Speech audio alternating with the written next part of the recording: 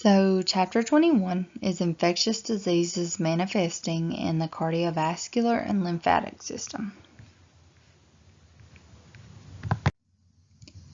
What is the cardiovascular system?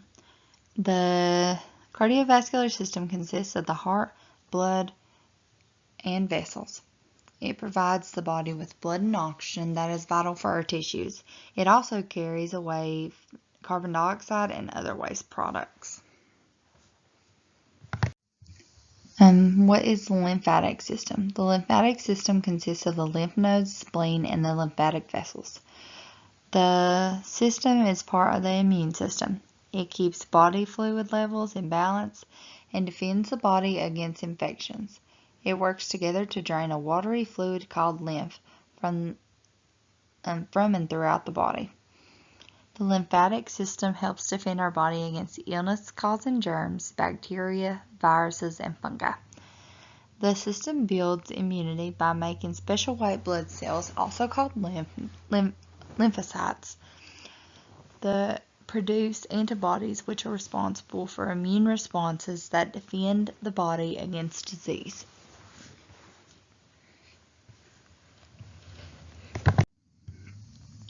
Some diseases of the cardiovascular and lymphatic systems. When an infection or disease gets in the cardiovascular system, it can get very bad very fast. It can lead to bacteremia or even septicemia, which can lead to septic shock and death.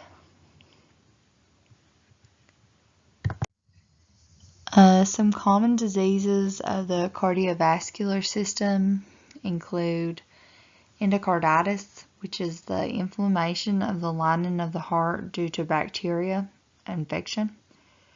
A heart attack happens when there's a blockage and it stops the flow of oxygen within the heart, which causes part of it to die off. A stroke is when something blocks the blood flow to part of the brain. Cardiomyopathy affects the heart muscle. It is when the muscle is not strong enough to pump. And CHF, which is congestive heart failure, is when your heart is weak or failing and it causes fluid buildup. All of these are very serious diseases.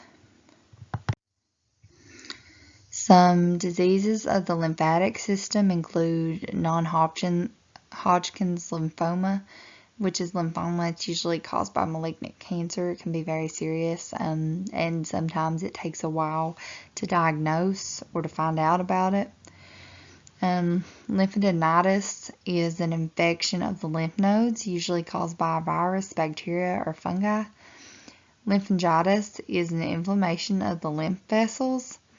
Lymphedema is swelling due to lymph fluid buildup in the body, and I included a picture over here of you can see side by side of what like having a normal leg looks like, and then you have the lymphedema over on the left side. And then lymphocytosis is increase in lymphocytes. The other image I have of the person's neck, that is an example of non-Hodgkin's lymphoma. Some other diseases of the cardiovascular system include Epstein-Barr virus. It's highly contagious. It's a highly contagious infection. Anthrax is a serious skin infection that affects the heart. And then you have Lyme disease. It's a disease caused by a black-leg tick. Anthrax is the picture of the guy's neck where it's got like kind of a deeper staged sore on the guy on his neck. Some signs of Lyme disease are kind of your telltale signs of any infection. You have your cold sweats, your fevers, your malaise, and then at the bottom is the Epstein-Barr virus.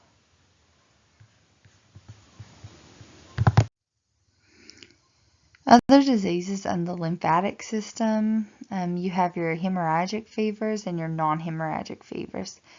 Hemorrhagic fevers are agents that infect the blood and lymphs, Extreme fever is accompanied by internal hemorrhage, RNA envelope viruses, and distribution related to the distribution of Aedes genus of mosquito.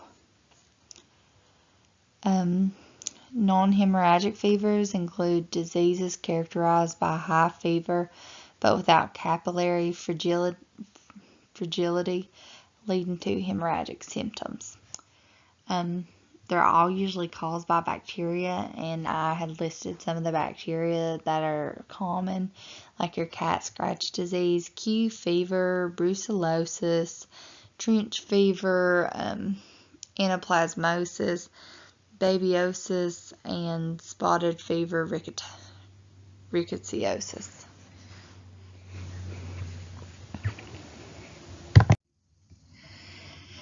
Some ways on how to treat or prevent infectious diseases on the cardiovascular and lymphatic systems include certain medications like antibiotics and antifungals. It is key that whenever you start feeling bad or seeing some signs that aren't your normal, that you go to your doctor fast and you be proactive, because sometimes the earlier you catch certain things, the better the prognosis is in the end. So you always need to be aware of the signs and symptoms and aware of your own body. You know your body better than anyone else. Maintain a healthy weight, diet, and lifestyle. You need to keep a monitor and check on your blood pressure as well as your other vitals like your heart rate, your temperature, even respirations. And go to your doctor's appointments regular. Get your routine blood work and lab work. That'll help a ton. Rheumatic heart disease falls along with rheumatic fever. Some signs of that are like your sore throat, joint pain, fever. You need to go to the clinic immediately when you have anything like that going on. You also need to kind of stay away from the drinking, alcohol. Those are things that can,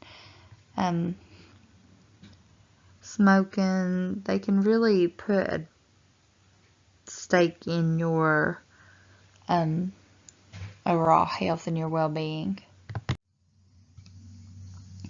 Some fun facts about your cardiovascular system include your heart can weigh between 7 and 15 ounces.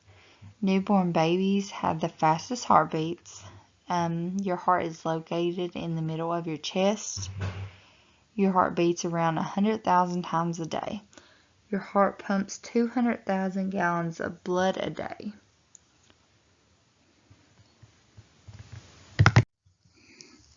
Some fun facts about your lymphatic system. It's actually like a sewer. The lymphatic system is large and it's throughout your body. It's a lot of times misunderstood. It's actually also a one-way street. The word lymph means water in Latin, so it's kind of, if you know that, it kind of helps you understand. It's a disease fighter and it's an immune fighter. You know the lymphatic system is working when your glands are swollen. When you have an infection, your lymph nodes swell because they fill up with lymphocytes that are surrounding the destroying bacteria. The small organs which compose lymphatic systems are known as lymph nodes. The number of lymph nodes in your body range from 500 to 700. It is very important to get your sleep for at least 8 hours, as under 5 hours can significantly depress your immune functions. And the body has over 50 million white cells that work to protect the body's defense system. And structurally, the lymphatic and cardiovascular systems are composed of large networks of vessels that span the entirety of the body. Lymphatic vessels and the veins of the cardiovascular system both contain valves to prevent the backflow of fluid. Functionally, both of the systems transport fluids in the body. The lymphatic system drains into collecting ducts, which empty their contents into the two subclavian veins located under the collarbones. These veins join from the form of superior vena cava, the large vein that drains blood from the upper body into the heart. I know that's kind of a mouthful, but basically they just work together to keep your body healthy and maintain autonomy. And then here's my reference page. Thank you.